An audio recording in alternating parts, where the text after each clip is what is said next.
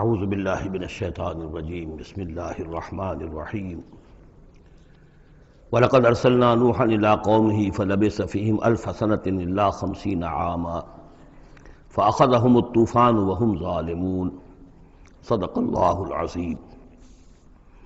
رب اشرح لي صدری ويسر لي امری واحلل عقدۃ من لسانی یفقہوا قولی۔ سورہ عنکبوت کے کل 7 رکوع ہیں۔ پہلا رکوع جیسا کہ میں عرض کر چکا ہوں کہ قرآن مجید کے اہم ترین مقامات میں سے ہے، خاص طور پر دعوت اور تحریک اور اللہ تعالیٰ کے دین کے غلبے کی جد و جہد میں جو مسائل درپیش ہوتے ہیں کارکنوں کو، اس دور میں جب کہ پرسیکیوشن ہو، ستایا جا رہا ہو، مشکلات آ رہی ہوں، قربانیاں دینی پڑیں، تو اس کے جتنے بھی مسائل پیدا ہوتے ہیں ان سب کا بہت ہی جامع جو بیان ہے اور رہنمائی ہے وہ اس رکوع میں آ چکی ہے۔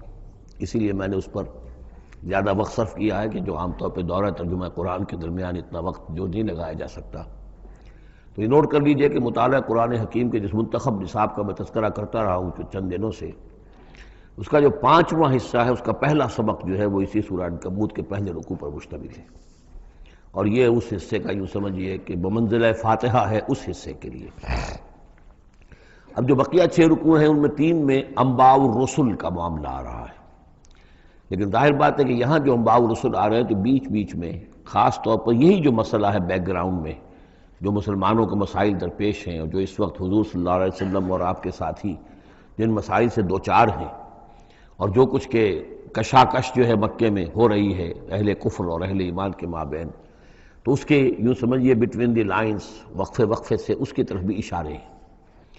پھر جو بقیہ 3 رکوع رہ جائیں گے ان 3 رکوعوں میں 2 لڑیاں ہیں جو بٹی ہوئی ہیں۔ ایک لڑی میں خطاب ہے مشرکین عرب کی طرف، اور ایک لڑی میں جو اہل ایمان تھے، جو حضور صلی اللہ علیہ وسلم پر ایمان لائے تھے، جو ان مشکلات سے دوچار تھے، وہاں بھی پھر گن کر 10 ہدایات ان کو دی گئی ہیں۔ لیکن وہاں یہی ہے کہ وہ بٹی ہوئی ہونے کی وجہ سے لڑیاں وہ کٹا پھٹا معاملہ ہوگا، جیسے کہ سورہ بقرہ میں آپ کو بتا چکا ہوں یا سورہ نساء میں۔ وَلَقَدْ أَرْسَلْنَا نُوحًا إِلَىٰ قَوْمِهِ، اور ہم نے بھیجا تھا نوح کو اس کی قوم کی طرف، فَلَبِثَ فِيهِمْ أَلْفَ سَنَةٍ إِلَّا 50 عَامًا، تو رہا ان کے مابین وہ 1000 برس سے صرف 50 برس کم، 950 برس۔ حضرت نوح کا ذکر کتنی مرتبہ آ چکا ہے، لیکن یہ بات پہلے کبھی نہیں کہی گئی۔ یہاں کیوں کہی گئی کہ اے مسلمانوں تم ابھی پریشان ہو گئے ہو، ابھی عشق امتحان اور بھی ہیں، اور جیسے کہ سورہ انعام میں آیا تھا، اے نبی اگر آپ کو یہ جھٹلا رہے ہیں وَإِن يُكَذِّبُوكَ فَقَدْ كُذِّبَ رُسُلٌ مِّن قَبْلِكَ، تو آپ سے پہلے ہمارے رسول تھے، انہوں نے صبر کیا۔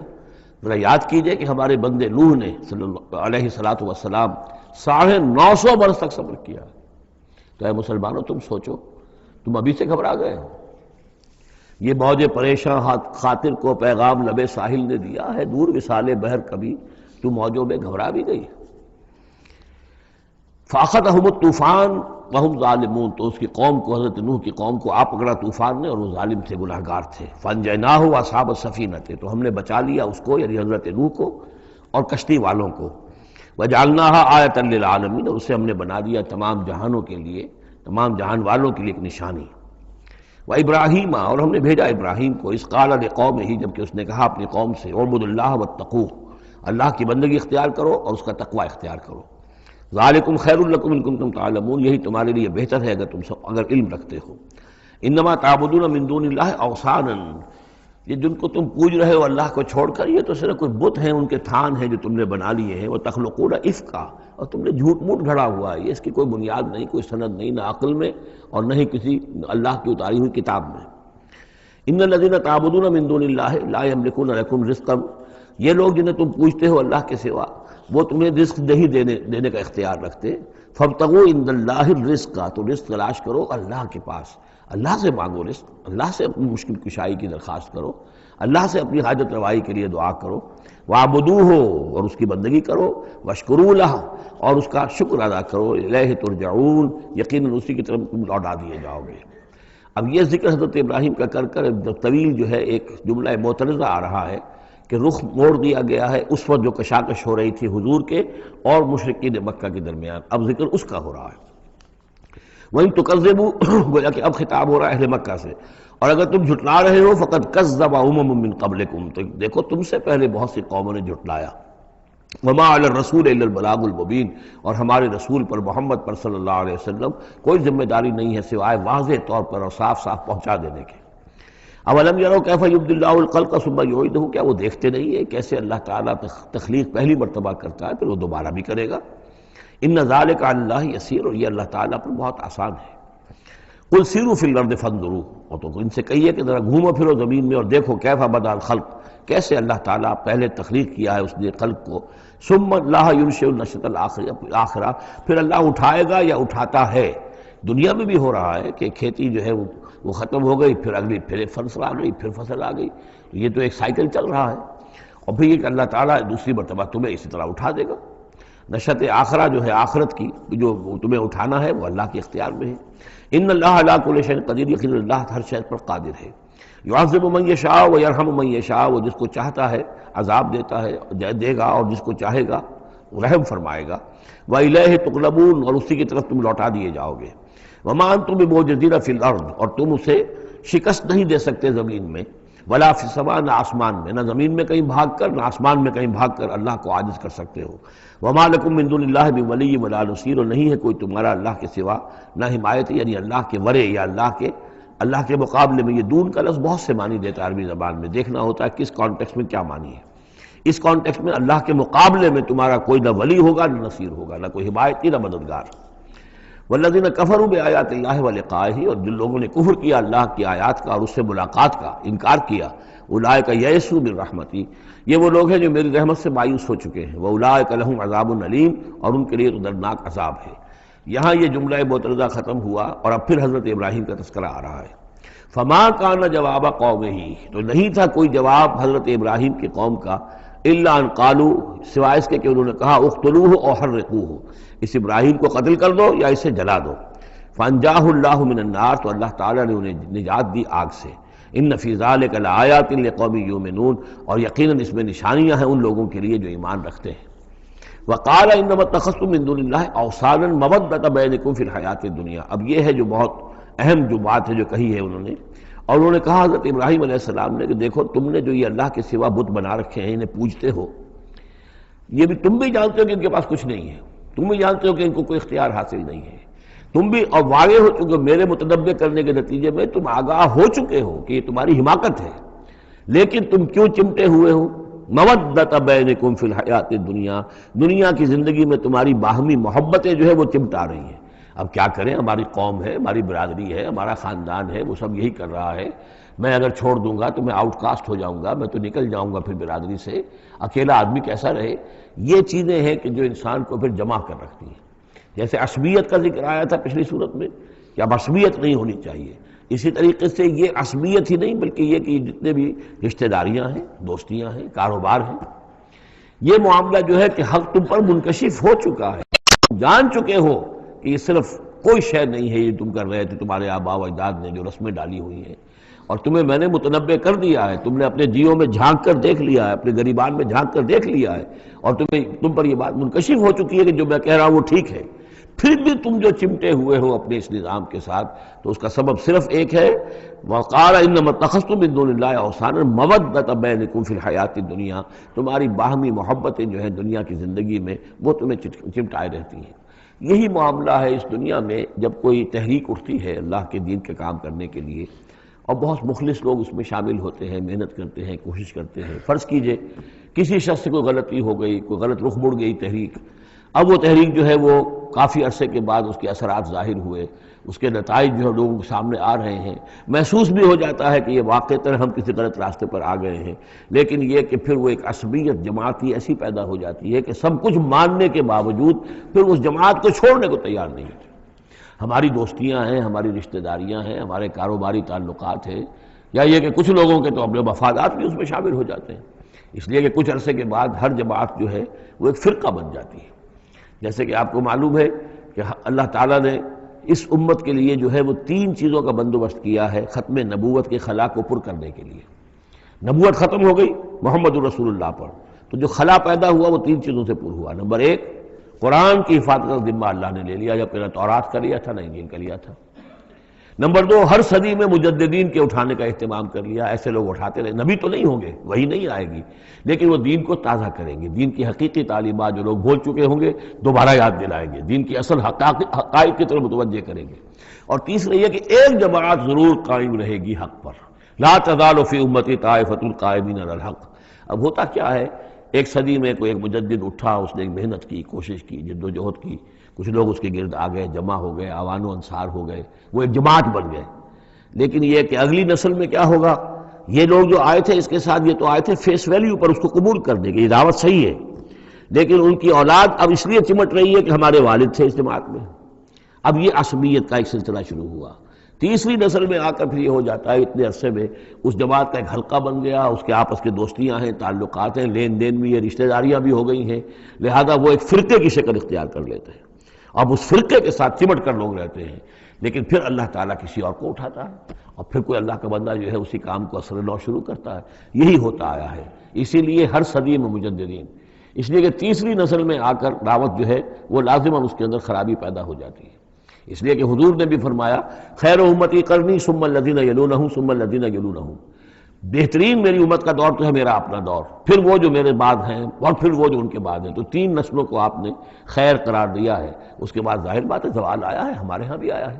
جب حضور کی قائم کی ہوئی جماعت میں زوال آ گیا تو اور کون ہوگا بڑا سے بڑا شخص کہ جس کی قائم کی ہوئی کسی جماعت میں زوال نہ آئے؟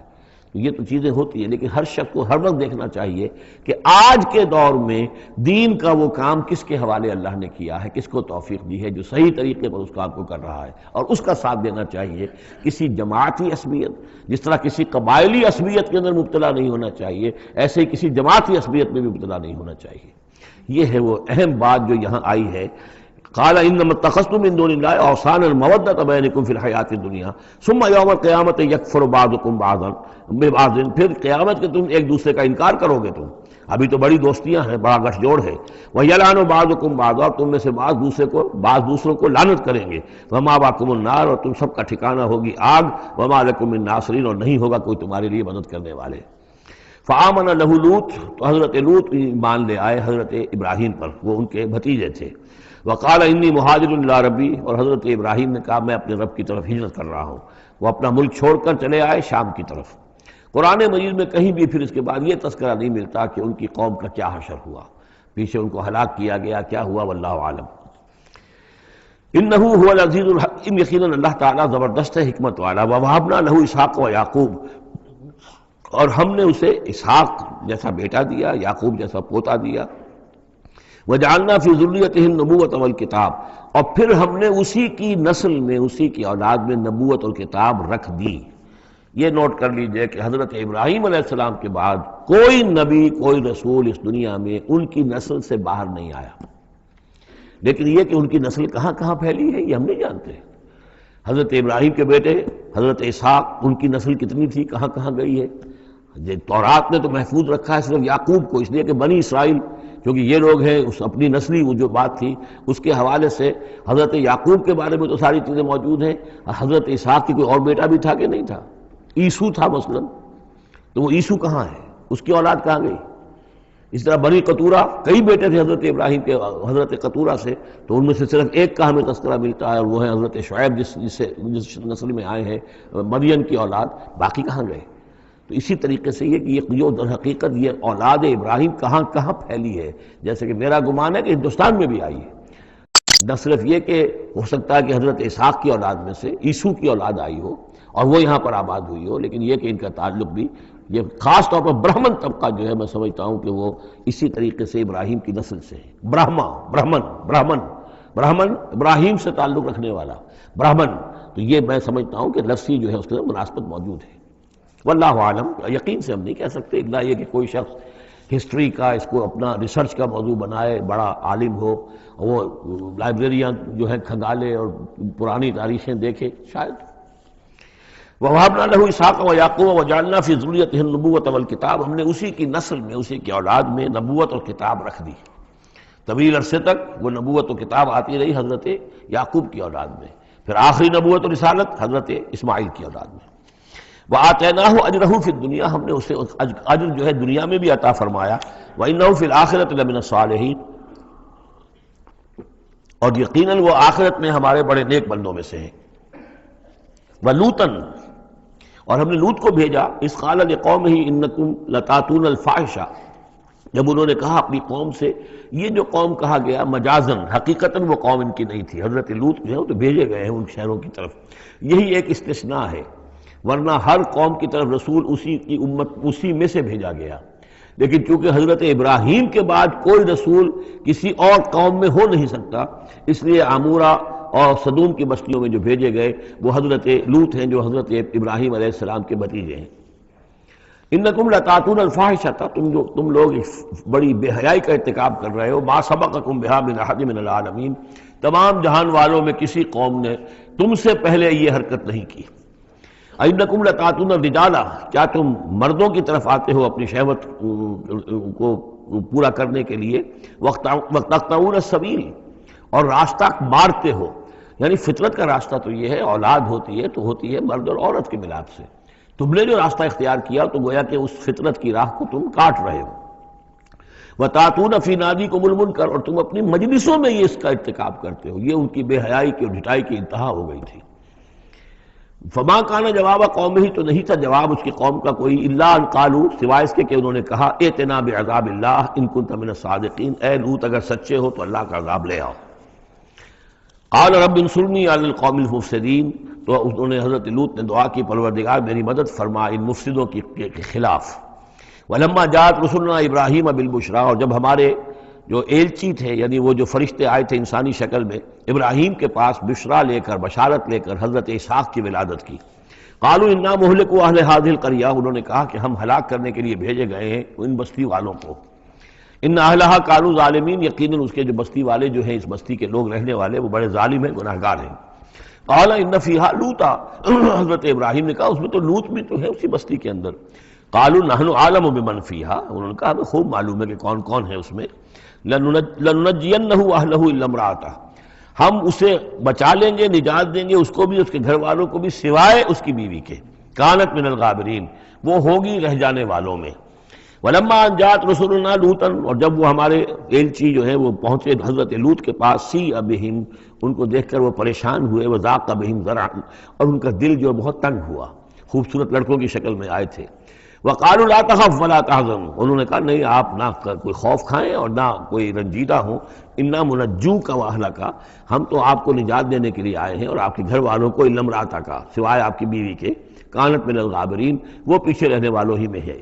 انا منزلون علی اہل هذه القریۃ رجزا من السماء، ہم نازل کرنے والے ہیں اس بستی کے رہنے والوں پر ایک آفت، ایک عذاب آسمان سے، بما کانوا یفسقون، بس سبب اس فسق کے اور فجور کے اور گندگی کے جو وہ کر رہے تھے۔ وَلَقَدْ تَرَكْنَا مِنْهَا آیَةً بَيِّنَةً، اور ہم نے چھوڑ دیا اس میں سے، اس بستی میں سے کوئی نشانی جو ہے وہ اس وقت تک موجود ہوگی جب کہ قرآن نازل ہوا ہے، اسی لیے کہ قرآن کہتا ہے بار بار تم گزرتے ہو ان بستیوں کے کھنڈرات کے اوپر سے، بَيِّنَةً لِقَوْمٍ يَعْقِلُونَ، ان لوگوں کے لیے کہ جو عقل سے کام لے۔ وَإِلَىٰ مَدْيَنَ أَخَاهُمْ شُعَيْبًا، اور مدین کی طرف ہم نے بھیجا ان کے بھائی شعیب کو۔ فقال یا قوم اعبدوا اللہ، اور انہوں نے کہا کہ اے میری قوم کے لوگوں اللہ کی بندگی کرو، وارجوا الیوم الآخرہ، اور دیکھو آخرت کے دن کی، قیامت کے دن کی انتظار میں رہو، امید میں رہو، وہ قیامت کا دن آ کر رہے گا۔ ولا تعثوا فی الارض مفسدین، اور زمین میں فساد مچاتے مت پھرو۔ فکذبوہ، تو انہوں نے اس کو جھٹلا دیا، فاخذتہم الرجفۃ، تو انہیں آ پکڑا ایک زلزلے نے، فاصبحوا فی دارہم جاثمین، تو وہ اپنے گھروں کے اندر پڑے رہ گئے اوندھے ہوئے۔ وعادا وثمودا، اسی طرح عاد اور سمود، وقد تبین لکم من مساکنہم، اور تمہیں معلوم ہے کہ ان کے مسکن کہاں تھے، تمہارے لیے واضح ہیں کہاں رہتے تھے یہ، کہاں آباد تھے۔ بزین لہم الشیطان اعمالہم، اور شیطان نے ان کے لیے ان کے برے اعمال کو، مشرکانہ افعال کو مزین کر دیا تھا، اسی میں مگن تھے، خوش تھے۔ فصدہم عن السبیل، اور روک دیا تھا انہیں اللہ کے صحیح راستے سے، صراط مستقیم سے، جو صراط توحید ہے اس سے۔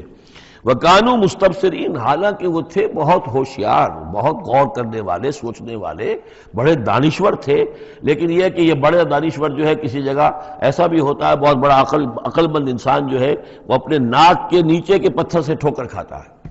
یہ، اور اس کی سب سے بڑی مثال جو ہے وہ ہمارے آج کل کے سائنسدان ہیں، کتنی باریکیاں دیکھ رہے ہیں اس کائنات کی، سب کچھ دیکھ لیا، اللہ نظر نہیں آتا۔ کہاں سے کہاں دیکھ رہے ہیں، کتنی بڑی بڑی ٹیلیسکوپس ہیں اور کتنے ٹریلین وہ لائٹ ایئرز کے اوپر دریافت کر رہے ہیں کہ نیا ستارہ وجود میں آ گیا، سب کچھ ہو رہا ہے، لیکن یہ کہ ان تمام چیزوں کو دیکھنے کے باوجود ان کا دماغ اللہ کی طرف منتقل نہیں ہوتا۔ یہ ہے کہ ایک طرف سے اندھے ہیں، ایک آنکھ کھلی ہے، ایک آنکھ اندھی ہے۔ تو اگرچہ وہ بھی تھے بڑے ہوشیار مستبصرین، یعنی استبصار جو ہے یہ باب استفعال، دیکھنا بڑے غور سے دیکھا کرتے تھے، مشاہدہ کرتے تھے، آبزرو کرتے تھے، سب کچھ تھے، باقی سب کچھ نظر آیا انہیں، ڈھونڈنے والا ستاروں کی گزرگاہوں کا اپنے افکار کی دنیا میں سفر کر نہ سکا۔ وہ ساری جو ہے وہ ستاروں کی گزرگاہیں جو ہے ان کی تحقیق ہو رہی ہے، لیکن یہ کہ میں خود کون ہوں، کہاں سے آیا ہوں، کہاں جا رہا ہوں، میری زندگی کا مال کیا ہے، اس کا مقصد کیا ہے؟ بس پیدا ہونا، کھانا پینا، جانوروں کی طرح رہنا اور ختم ہو جانا۔ Is that all? Is death the end of our existence? کیا موت پر ہمارے وجود کا خاتمہ ہو جائے گا؟ تو کیا زندگی ہوئی؟ عمر دراز مانگ کے لائے تھے 4 دن، 2 آرزو میں کٹ گئے، 2 انتظار میں، کتنا وقت تو گزر گیا، بچپن کے اندر ابھی فہم ہی نہیں تھا، لڑکپن ہے، اس کے بعد نوجوانی ہے، اس کے کچھ اپنے ہی اور جو ہے اس کی کیفیات ہوتی ہیں۔ جب ذرا ہوش اور شعور آیا ہے، ایک ذرا ہوش میں آنے کے خطا کار ہیں ہم، اور اس کے بعد پھر بڑھاپا آ گیا، اور اس کے بعد جو ہے لِكَيْ لَا يَعْلَمَ مِن بَعْدِ عِلْمٍ شَيْئًا، بس یہی زندگی ہے، یہ اشرف المخلوقات ہے، یہ مسجود ملائک کی زندگی یہ ہے؟ نہیں، اصل زندگی تو ہے تو اسے پیمانہ امروز و فردا سے نہ ناپ، جاویداں پہ ہم دواں ہر دم جواں ہے زندگی، وہ زندگی تو ابدی ہے۔ یہ تو اس کا چھوٹا سا حصہ علیحدہ کر کے ایک امتحانی وقفہ بنا دیا ہے، اسے ایک امتحانی وقفہ ہے، 3 گھنٹے کا نہیں، 30 سال کا صحیح، بس اس کے علاوہ کچھ نہیں۔ کوانٹیٹیو فرق ہے، کوالٹیٹیو نہیں۔ وَقَارُونَ وَفِرْعَوْنَ وَحَامَانَ، اور ہلاک کیا ہم نے قارون کو بھی اور فرعون کو بھی اور حامان کو بھی۔ وَلَقَدْ جَاءَهُم مُوسَىٰ بِالْبَيِّنَاتِ، ان کے پاس موسیٰ آئے تھے واضح تعلیمات لے کر۔ فَاسْتَكْبَرُوا فِي الْأَرْضِ، انہوں نے زمین میں تکبر کیا، وَمَا كَانُوا سَابِقِينَ، لیکن یہ کہ وہ ہماری پکڑ سے بچ کر نکل جانے والے نہیں تھے، ہم سے آگے نہیں نکل سکتے تھے۔ فَكُلًّا أَخَذْنَا بِذَنبِهِ، ہم نے سب کو پکڑا ان کے گناہوں کی پاداش میں۔ فَمِنْهُمْ مَنْ أَرْسَلْنَا عَلَيْهِمْ حَاصِبًا، تو ان میں وہ بھی تھے کہ جن پر ہم نے ایسی زوردار ہوا بھیجی جس میں پتھراؤ تھا، وہ ہوا جو ہے ان پر پتھراؤ کر رہی تھی۔ تو یہ قوم لوط پر بھی ہوا ہے، اور بعض حضرات کے نزدیک قوم عاد پر بھی۔ سخرها عليهم 7 ليال و8 أيام حسوما فترى القوم فيها صرعا، ایک ایسی تیز آندھی آئی ہے، 7 راتیں اور 8 دن چلتی رہی کہ اس نے اٹھا کر پٹخا ہے، اور اس میں وہ کنکر بھی تھے، وہ بلٹس کا کام کر رہے تھے، جو چھوٹے اور سے بڑے پتھر تھے وہ کام کر رہے تھے میزائلز کا، تو یہ سب کے سب ہلاک ہو گئے۔ فَمِنْهُمْ مَنْ أَرْسَلْنَا عَلَيْهِ حَاصِبًا وَمِنْهُمْ مَنْ أَخَذَتْهُ الصَّيْحَةُ، اور ان میں سے وہ بھی تھے کہ جن کو ایک چنگھاڑ نے آ پکڑا، یہ سمود اور اہل مدین تھے۔ وَمِنْهُمْ مَنْ خَسَفْنَا بِهِ الْأَرْضِ، ان میں وہ بھی تھے کہ جنہیں ہم نے زمین میں دھسا دیا، یہ قارون کا معاملہ ہے جو سورہ قصص میں آ چکا ہے۔ وَمِنْهُمْ مَنْ أَغْرَقْنَا، اور وہ بھی تھے جنہیں ہم نے غرق کر دیا۔ اور غرق کرنے کے 2 طریقے ہوئے، ایک تو یہ کہ جو قوم آباد تھی، قوم نوح جہاں تھی وہی غرق کیا، وہی کا وہی، لیکن یہ کہ ایک یہ ہے کہ فرعون کو اور اس کے فوج کو اور لاؤ لشکر کو ان کے محل سے نکال کر، ان کے شہروں سے نکال کر لا کر اور دریا سمندر میں غرق کیا۔ وما كان الله ليظلمهم، لیکن اللہ تعالیٰ ان پر ظلم کرنے والا نہیں تھا، ولكن كانوا انفسهم يظلمون، بلکہ یہ تو وہ خود اپنے اوپر ظلم کر رہے تھے۔ مثل الذين اتخذوا من دون الله اولیاء كمثل العنكبوت، یہ بھی اس حصے کی ان 3 رکوعوں کی بڑی اہم آیت ہے، تمثیل ہے۔ مثال ان لوگوں کی کہ جنہوں نے اللہ کے سوا کسی کو اپنا حمایتی بنا رکھا ہے۔ یہ حمایتی غیر مرئی بھی ہو سکتے ہیں، جیسے یہ ہماری دیوی ہے، یہ دیوتا ہے، یہ اس کی کرپا چاہیے، اس کی نظر کرم ہو، یہ ہمارے جو اولیاء اللہ ہیں ذرا ان کی طرف سے اگر کچھ ہمیں فیض پہنچ جائے۔ اور یہ بھی ہوتا ہے دنیا میں بھی، مادی اعتبار سے بھی، اور یہ جو بھی کاز اینڈ ایفیکٹ کا سلسلہ اس کے تحت بھی، تو ہم آخر لوگوں کو اپنا دوست سمجھتے ہیں، یہ ہمارے حمایتی ہیں، یہ ہماری مدد کریں گے، لیکن واقعہ یہ ہے کہ سوائے ایک اللہ کی دوستی کے باقی ساری دوستیاں جو ہیں وہ مکڑی کے جالے جتنی بس مضبوط ہیں، اس سے زیادہ نہیں ہے۔ مثل الذین اتخذوا من دون اللہ اولیاء کمثل العنکبوت، جن لوگوں نے اللہ کو چھوڑ کر کسی اور کو اپنا پشت پناہ اور مددگار بنایا ہے، کسی اور پر توکل ہے، کسی اور پر سہارا ہے، امریکہ ہماری مدد کرے گا، وہ جو کچھ 71 میں ہوا وہ آپ کو معلوم ہے، وہ بیڑا اس کا جہاز بھی آ رہا تھا، لیکن یہ کہ کوئی مدد ہماری نہیں کی گئی، کوئی نہیں ہے، کوئی کسی کا سہارا بننے والا نہیں ہے۔ سہارا تو اگر کوئی ہے تو وہ اللہ ہے، لیکن اس کو تم نے چھوڑ دیا، اس کو سہارا نہیں بنایا۔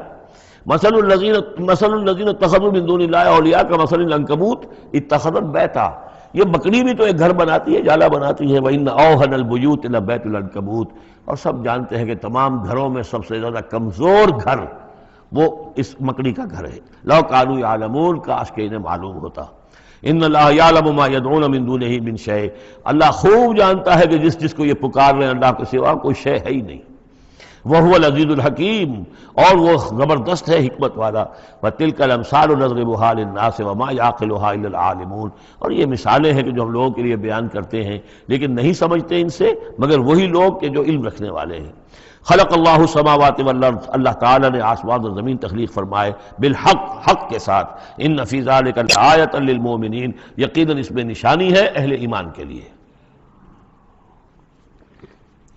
اب یہ جو بقیہ 3 رکوع ہیں 21ویں پارے میں آ رہے ہیں، یہ جیسا کہ میں نے عرض کیا اس میں 2 لڑیاں ہیں بٹی ہوئی۔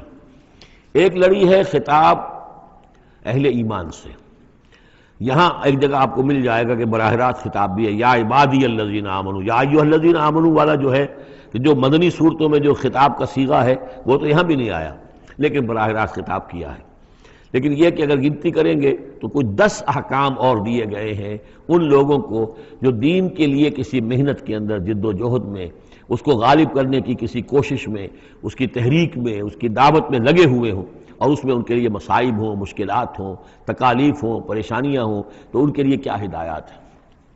سب سے پہلی ہدایت 100 ہدایتوں کی ایک ہدایت، اتل ما اوحی الیک من الکتاب، تلاوت کرتے رہا کرو اس شے کی جو وحی کی گئی ہے آپ کی جانب کتاب میں سے۔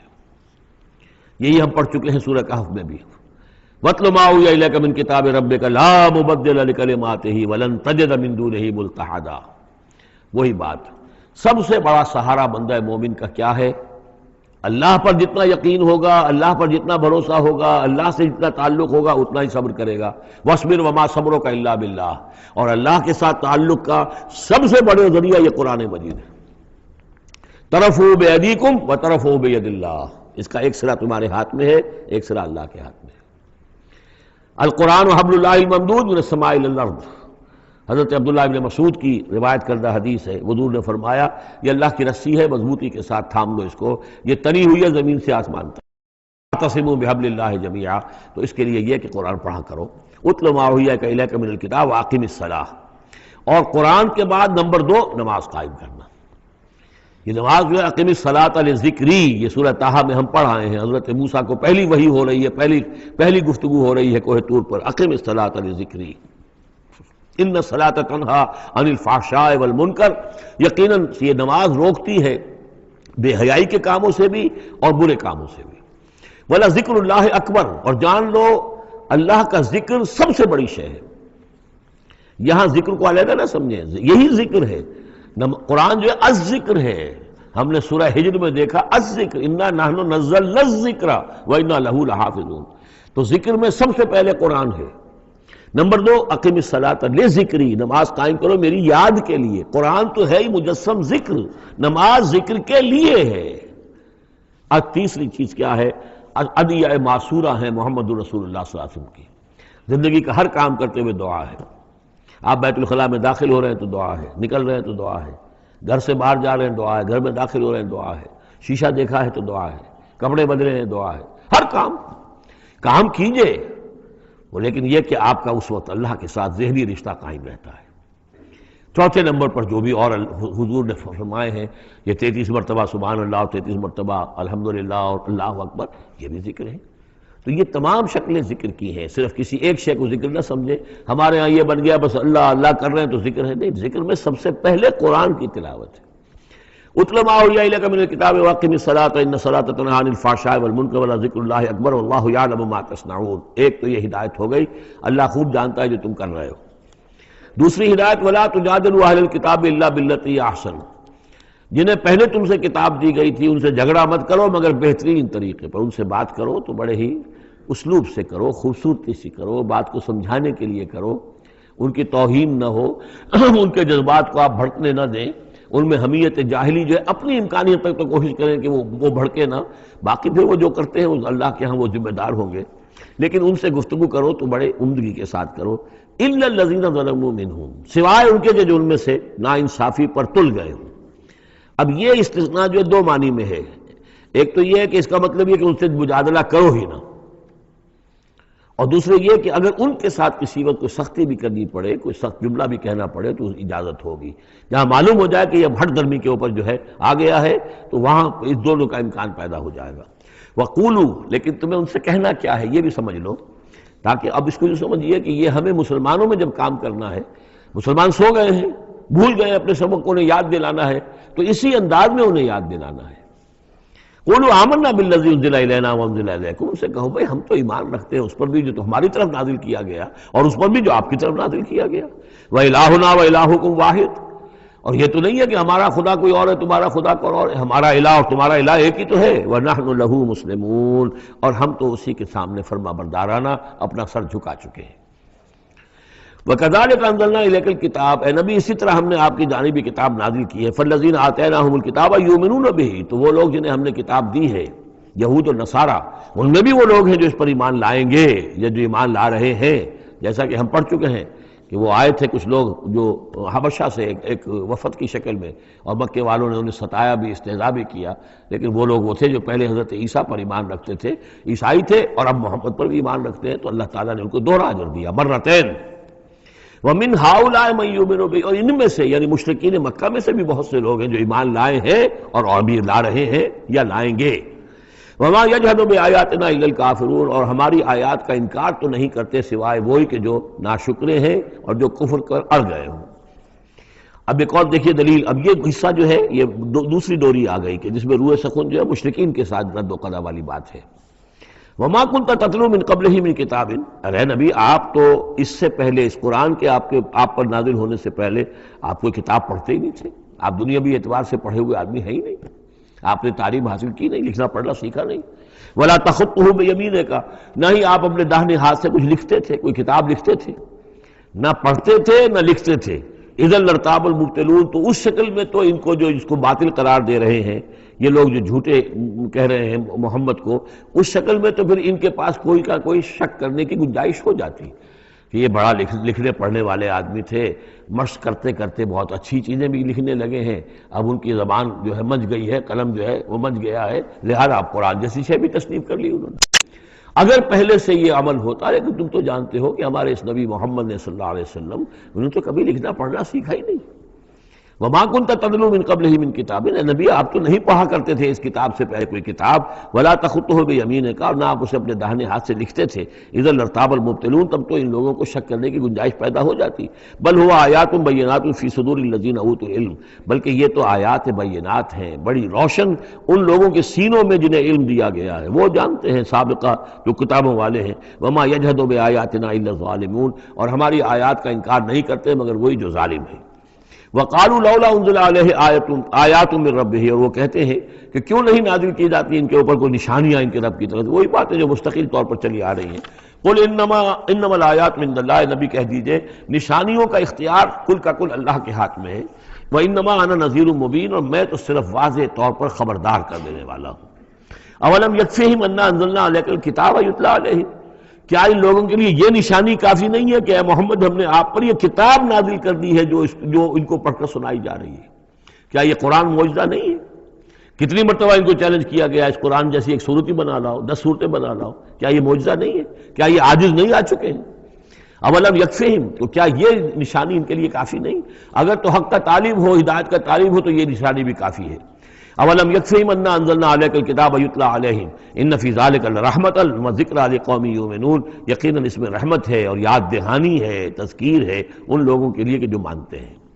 قل کفی باللہ بینی و بین شہیدا بینکم شہیدا، کہہ دیجئے میرے اور تمہارے درمیان اللہ کافی ہے بطور گواہ، وہ جانتا ہے کہ اس نے مجھے رسول بنایا ہے، وہ جانتا ہے کہ قرآن اس نے مجھ پر نازل کیا ہے۔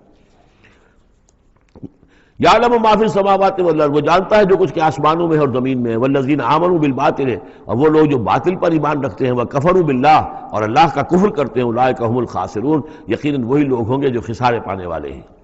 ویستعجلونک بالعذاب، یہ جلدی مچا رہے ہیں کہ لے آؤ عذاب۔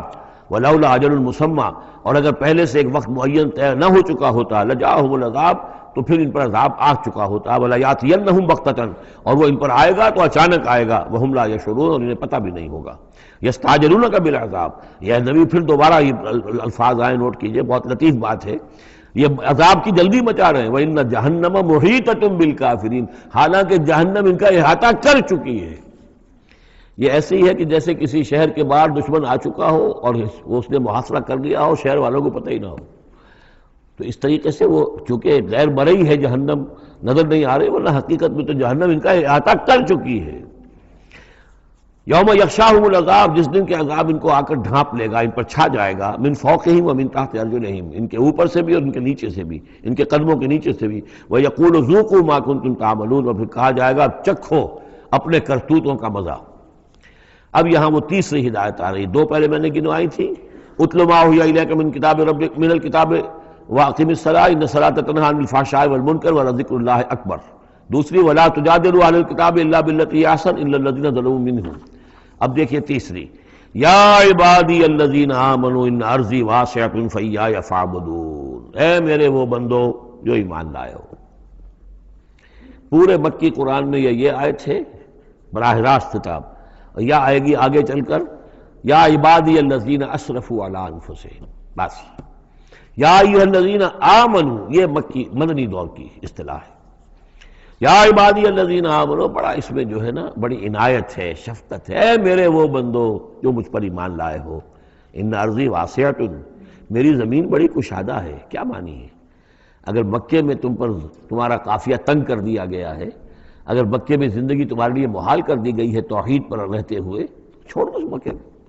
یہ ہجرت کا اشارہ ہے، در حقیقت ہجرت حبشہ جو ہے یہ اس کی طرف رہنمائی ہے اس آیت کے اندر، کہ چلے جاؤ، اگر یہاں برداشت سے باہر ہو رہا ہے، تمہارے لیے ناقابل برداشت اگر ہو رہا ہے یہاں کا معاملہ، اور نہیں مزید تو ہندر پاتے، تو اس ملک کو چھوڑ، اس جگہ کو چھوڑ دو۔ یا عبادی الذین آمنوا ان ارضی واسعۃ، میری زمین بڑی کشادہ ہے، فایایا فاعبدون، پس صرف میری ہی بندگی کرو۔ چوتھی ہدایت، کل نفس ذائقۃ الموت، دیکھو موت تو آنی ہی آنی ہے، آج آ جائے کل آ جائے، آج نہ آئے کل آ جائے گی۔ آخر عمار اور یاسر کو ابو جہل نے اگر فرض کرو کہ ذبح کر دیا ہے، تو فرض کیجئے کہ چند دن اور جیتے تو موت تو پھر بھی آنی تھی نا۔ تو کل نفس ذائقۃ الموت، اگر یہ بات ذہن میں رہے کہ موت تو آنی ہی آنی ہے، آج نہیں تو کل، تو پھر بھی انسان جو ہے اس کے اندر ہمت بنی رہے گی کہ میں خام خواہ اپنی زندگی بچانے کے لیے حق کو چھوڑوں اور باطل سے ساز باز کروں، اس سے مصالحت کروں۔ ثم الینا ترجعون، اور پھر تم ہماری طرف لوٹا دیے جاؤ گے۔ پانچویں بات، والذین آمنوا وعملوا الصالحات لنبوئنہم من الجنۃ غرفا، ہمارے اس وعدے پر پختہ یقین رکھو کہ جو ایمان لائیں گے اور نیک عمل کریں گے، ہم لازماً ان کو جگہ دیں گے اس جنت کے بالا خانوں میں، جو سورہ فرقان کے آخری رکوع میں آیا تھا، اولئک یجزون الغرفۃ بما صبروا، انہیں غرفہ بالا خانہ ملے گا۔ تو من الجنت غرفاً، جروں کے بالا خانے ملیں گے جنت کے، تجری من تحت الانہار خالدین فیہا، جس کے نیچے ندیاں بہتی ہوں گی، اس میں وہ ہمیشہ ہمیش رہیں گے۔ نعم اجر العاملین، کیا ہی اچھا ہوگا عمل کرنے والوں کا اجر۔ چھٹی بات، الذین صبروا وعلی ربہم یتوکلون، وہ لوگ کہ جو صبر کریں اور اپنے رب پر توکل کریں۔ صبر کرو اور توکل کرو، دو ہی چیزیں ہیں، جو آئے جھیلو، صبر کرو، برداشت کرو، اور جو کچھ کرنا ہے اس میں توکل اللہ پر ہو، اپنی ذات پر نہیں، اپنی طاقت پر نہیں، اپنی صلاحیت پر نہیں، اپنی ذہانت پر نہیں، اپنی فطانت پر نہیں، اپنی لیاقت پر نہیں، سارا توکل اللہ، نہ مادی اسباب و وسائل پر۔ اگلی ہدایت اور آ رہی ہے، وَكَأَيٍّ مِّن دَابَّةٍ لَا تَحْمِلُ رِزْقَهَا، یہ بھی نہ سمجھو کہ تمہارا رزق جو ہے کسی کے قبضے میں ہے وہ روک دے گا، اور تمہیں کیا کھاؤ گے کیا پیو گے۔ وَكَأَيٍّ مِّن دَابَّةٍ، تم دیکھتے نہیں کتنے حیوانات ہیں زمین میں، لا تحمل رزقها، کیا وہ اپنا رزق اٹھائے پھرتے ہیں؟ بڑا پیارے الفاظ ہیں انجیل میں، متی کی انجیل میں حضرت مسیح علیہ السلام کا جو پہاڑی کا واعظ ہے، اس میں انہوں نے اپنے شاگردوں سے خطاب کر کے کہا، کیوں فکر کرتے ہو کہ کیا کھاؤ گے کیا پیو گے؟ جنگل کی چڑیوں کو نہیں دیکھتے؟ نہ وہ کاشت کرتی ہیں، نہ ہل چلاتی ہیں، نہ بیج بوتی ہیں، نہ فصل کاٹ کر کہیں رکھتی ہیں، نہ کھتے بھرتی ہیں، پھر بھی میں تم سے کہتا ہوں کہ وہ خالی پیٹ صبح گھر سے نکلتی ہیں، شام کو آسودہ ہو کر آ جاتی ہیں۔ تو جو رب تمہارا، جو رب ان کو چڑیوں کو کھلا رہا ہے، وہ تمہیں نہیں کھلائے گا؟ اور کیوں فکر کرتے ہو کہ کیا پہنو گے، لباس کہاں سے ملے گا؟ جنگل کی سوسن کو نہیں دیکھتے کہ جتنا خوبصورت لباس اس کو اللہ نے دیکھ رکھا ہے؟ یہ جو بھی پودے ہیں اور جو پھول ہیں ان کے، تو سلیمان بھی اپنی ساری شان و شوکت کے باوجود ویسا ملبس نہ تھا، ویسا خوبصورت لباس تو سلیمان کو بھی میسر نہیں تھا جو اللہ نے ان پھولوں کو دے رکھا ہے۔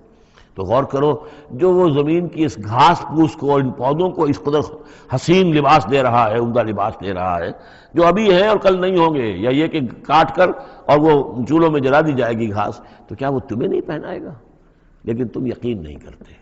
توکل اور ایمان، یہ دونوں چیزیں ساتھ ساتھ جائیں گی۔ جتنا اللہ پر ایمان ہے اتنا ہی توکل ہوگا، جتنا ایمان کمزور ہے توکل بھی نہیں ہو سکے گا۔ تو الذین صبروا علی ربہم یتوکلون وکأی من دابۃ لا تحمل رزقها، یہ سارے جو ہیں چوپائے اپنا رزق لیے نہیں پھرتے، اللہ یرزقها وإیاکم، اللہ انہیں بھی رزق دیتا ہے، تمہیں بھی دے گا، وہو السمیع العلیم، اور یقیناً وہ سب کچھ سننے والا جاننے والا ہے۔ ایسا نہیں کہ اسے معلوم نہ ہو کہ میرا بندہ بھوکا ہے، میرا وفادار، میرا سپاہی، میرے دین کے لیے کام کرنے والا، اسے یہ معلوم نہ ہو کہ اس کو احتیاج ہے، اس کی کوئی ضرورت ہے۔ وہ نہ معلوم کس کے دل میں ڈالے گا کہ جو اس کے لیے ذریعہ بنا دے گا اس کو، اور اس کی ضرورت پوری ہو جائے گی۔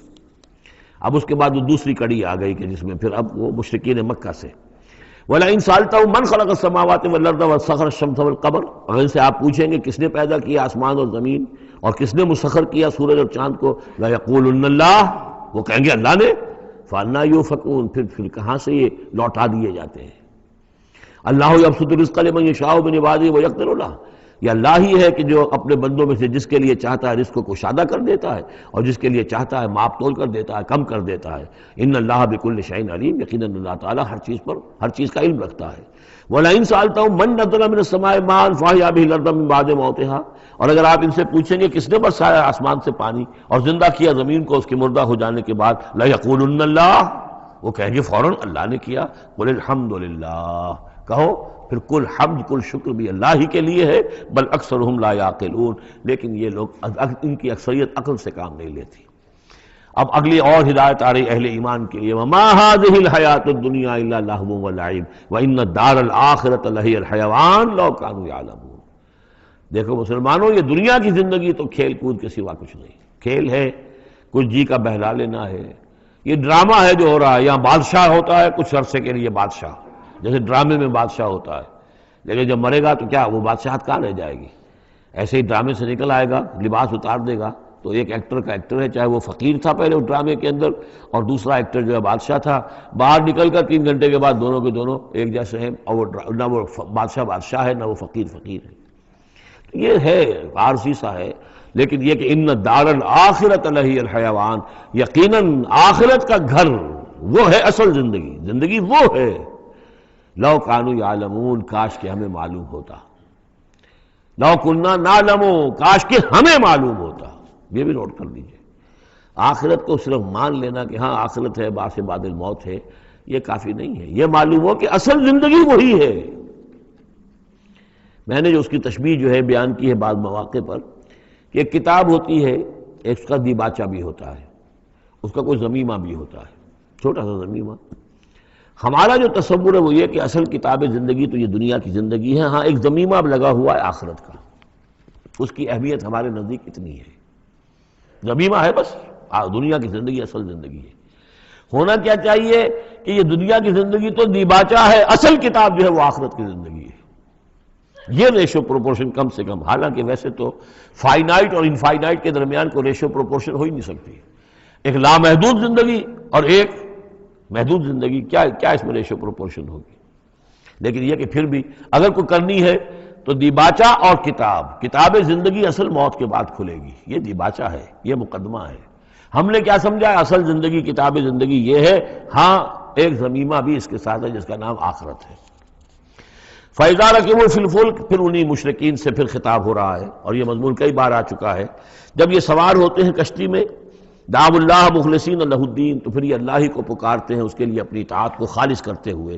فلما نجاؤں من البر، اور جب اللہ تعالیٰ انہیں نجات دے دیتا ہے خشکی کی طرف، اذا ہم یشرکون، تو پھر یہ شرک کرنا شروع کر دیتے ہیں۔ لیکفروا بما آتیناہم، تاکہ یہ ناشکری کریں اور کفر کریں ہماری دی ہوئی نعمتوں کے، وَلِيَتَمَتَّعُوا، اور تاکہ بس مزے اڑا لیں۔ فَسَوْفَ يَعْلَمُونَ، پھر یہ جان لیں گے۔ الہاکم التکاثر حتی زرتم المقابر کلا سوف تعلمون ثم کلا سوف تعلمون. اصل حقیقت اس وقت کھلے گی. اولم یروا انا جعلنا حرما آمنا، یہ پھر اہل ایمان سے کہا جا رہا ہے، کیا یہ دیکھتے نہیں کہ ہم نے حرم کو ان کے لیے امن کی جگہ بنا دیا ہے. وَيُتَخَطَّفُ النَّاسُ مِنْ حَوْلِهِمْ، اور لوگ جو ہے اچک لیے جاتے ہیں ان کے ارد گرد سے. باقی عرب کے اندر تو امن و امان تھا ہی نہیں.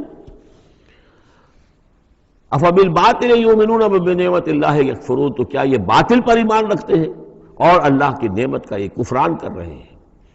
وَمَنْ أَظْلَمُ مِمَّنِ افْتَرَىٰ عَلَى اللَّهِ كَذِبًا أَوْ كَذَّبَ بِالْحَقِّ لَمَّا جَاءَهُ، اس شخص سے بڑا ظالم اور کون ہوگا جس نے کوئی چیز گھڑ کر اللہ کی طرف منسوب کر دی، اور اسی طرح وہ شخص کہ جس نے اللہ کی طرف سے آئے ہوئے حق کی تکذیب کر دی جبکہ اس کے پاس آیا.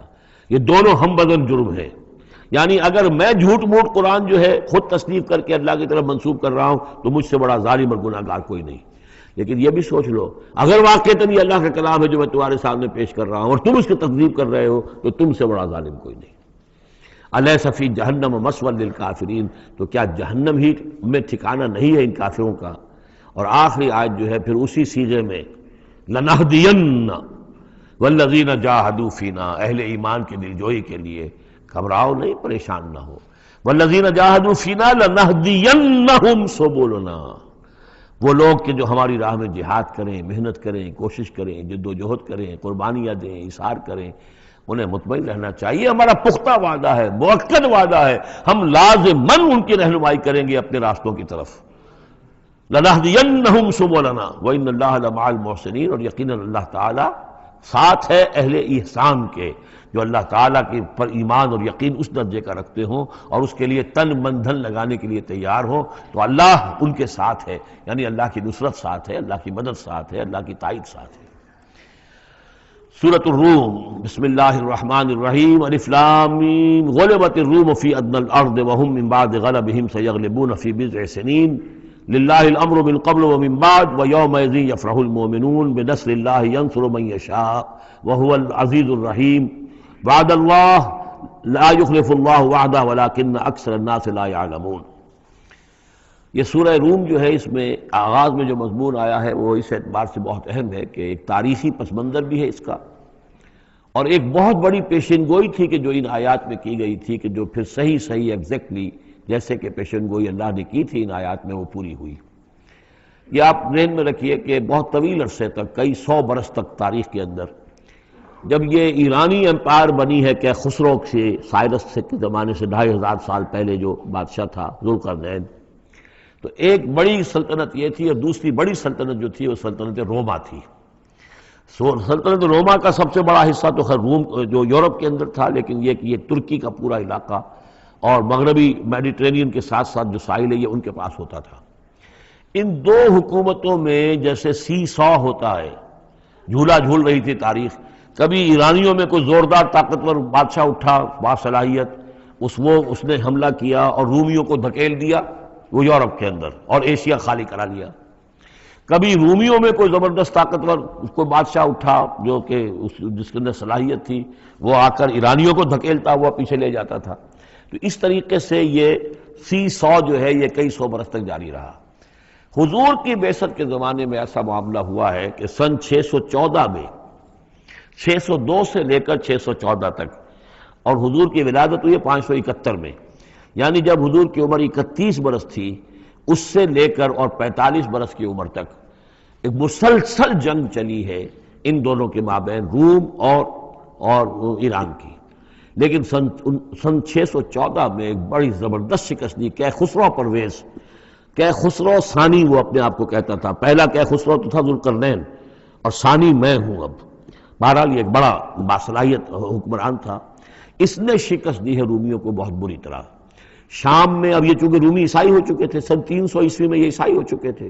یروشلم ان کا مقدس مقام تھا لیکن نام رکھا ہوا تھا ایلیا. سن 70 میں جو یروشلم کو انہوں نے برباد کیا تھا تو اس کے بعد ہیڈریان ایک رومن امپرر تھا جس نے کہ دوبارہ آباد کیا یروشلم کو، اور لیکن اس کا نام بدل دیا. اب یروشلم نہیں تھا یہ، اس کا نام تھا ایلیا. ایلیا میں ان کی وہ صلیب بھی تھی جو ان کے عقیدے کے مطابق حضرت مسیح علیہ السلام کو نسبت صلیب دی گئی تھی، ان کا مقدس مقام تھے یہ. ان سب سے بھی ان کو کھدیڑ دیا، تقریباً ترکی سے بھی نکال دیا، استنبول جو ہے قسطنطنیہ، اس پر بھی اندیشہ ہوا کہ شاید ایرانی حملہ کر دیں گے۔ اس حد تک رومیوں کا حال پتلا ہو گیا۔ اب ہو یہ رہا تھا کہ جو عرب میں مکے میں ادھر حضور کی دعوت ہے، شروع ہو چکی ہے، 5 برس ہو گئے حضور کو دعوت دیتے ہوئے، یا یہ کہ 15 برس ہونے کو آئے ہیں، لیکن ہوتا یہ تھا کہ یہ مشرکین مکہ یہ سمجھتے تھے کہ ایرانی تو ہمارے بھائی ہیں، وہ مشرک ہیں، آتش پرست ہیں، اور یہ نصرانی جو ہیں، یہ عیسائی جو ہیں، یہ مسلمانوں کے قریب تر ہیں، اس لیے کہ یہ عیسیٰ کو ماننے والے، موسیٰ کو ماننے والے، تو یہ لوگ جو ہیں ان سے قریب ہیں۔ تو وہ بغلے میں جا رہے تھے کہ مسلمانوں، تمہارے جو ساتھی ہیں یا تم جیسے جو لوگ ہیں، تمہارے قریب کے لوگ پٹ رہے ہیں، دیکھو ہمارے ساتھی جو ہیں وہ بڑے فتح مند ہو رہے ہیں، وہ آگ کے پوجنے والے، وہ مشرک جو نہ موسیٰ کو مانتے ہیں، نہ عیسیٰ کو مانتے ہیں، نہ تورات کو مانتے ہیں، نہ انجیل کو مانتے ہیں، انہوں نے تمہارے ان ساتھیوں کو کس طریقے سے کھدیڑ دیا ہے، شکست دی ہے۔ تو اس پر مسلمانوں کو صدمہ ہوا۔ اس پر یہ آیات نازل ہوئی کہ اگرچہ اس وقت تو فی الواقع صورت کی بن گئی ہے، لیکن چند ہی سالوں کے اندر یہ صورت بدل جائے گی، اور یہ کہ رومیوں کو غلبہ حاصل ہو جائے گا، یہ پیشن گوئی کی گئی۔ اس پر پھر حضرت ابوبکر صدیق نے کسی کافر مشرک سے ایک شرط بھی مان لی کہ اگر یہ قرآن کی پیشن گوئی درست ثابت ہوئی تو تم مجھے 100 اونٹ دو گے، اور اگر غلط ثابت ہوئی تو پھر میں تمہیں 100 اونٹ دوں گا۔ لیکن حضور انہوں نے کیے تھے شاید 3-4 سال کی کا یہ عہد کیا تھا، حضور نے کہا نہیں، بضع کا لفظ آ رہا ہے اس میں کہ چند سالوں کے اندر، بضع کا لفظ جو ہے وہ 9 تک اطلاق ہوتا ہے، تو 9 سال کو رکھو، اور شرط جو ہے دوبارہ اپنی اس 9 سال کے حوالے سے اونٹوں کی تعداد بھی بڑھا دی گئی، لیکن یہ کہ پھر شرط کی مدت 9 سال ہو گئی۔ لیکن 9 سال کے 9ویں سال ہی وہ جو ہے وہ جو پیشن گوئی قرآن کی تھی وہ صحیح ثابت ہوئی۔ ہرقل جو تھا، ہرقل اعظم، اس نے پھر لمبا چکر دیا، بجائے اس راستے سے آنے کے وہ بحیرہ کیسپین کی طرف سے ہو کر، پیچھے سے ہو کر آیا ہے، اور سرپرائز اٹیک کیا اس نے ایران پر، اور بڑی زبردست شکست دی ایران کو، اور اپنی شکست کا بدلہ چکا لیا، اور یہ سارا علاقہ شام وغیرہ کا جو ہے وہ اس نے واگزار کرا لیا۔ اور وہی تھا زمانہ جب کہ مسلمانوں کو میدان بدر میں فتح حاصل ہوئی۔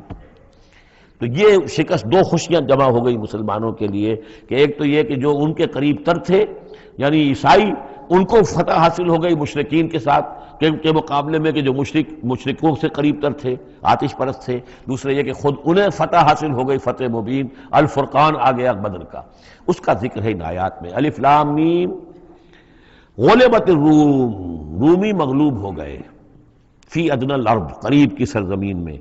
وہ جغرافیہ تو آپ کو دکھایا تھا نقشہ، جزیرہ نمائے عرب، اور اس کے اوپر ایک طرف شام ہے، ایک طرف عراق ہے، اور ادھر عراق کے ساتھ ایران ہے، تو قریب جزیرہ نمائے عرب سے قریب ترین ممالک ہیں۔ فی ادنی الارض، قریب کے ملک میں رومی غالب آ گئے، لیکن وہم من بعد غلبہم سیغلبون، وہ اپنی اس مغلوبیت کے بعد ان قریب دوبارہ غالب آئیں گے، فی بضع سنین، چند سالوں میں۔ اور یہ بضع کا لفظ جو ہے یہ 9 تک پر اس کا اطلاق ہوتا ہے، 10 سے کم 9۔ تو حضور نے اسی لیے کہا کہ 9 سال، چونکہ تم شرط مان لو، اور شرط اس وقت تک شرط لگانا حرام قرار نہیں دیا گیا تھا، ابھی نہ جوئے کی حرمت آئی ہے، نہ شراب کی حرمت آئی ہے، اس لیے اس میں آپ کو تعجب نہ کریں کہ حضرت ابوبکر نے شرط لگائی۔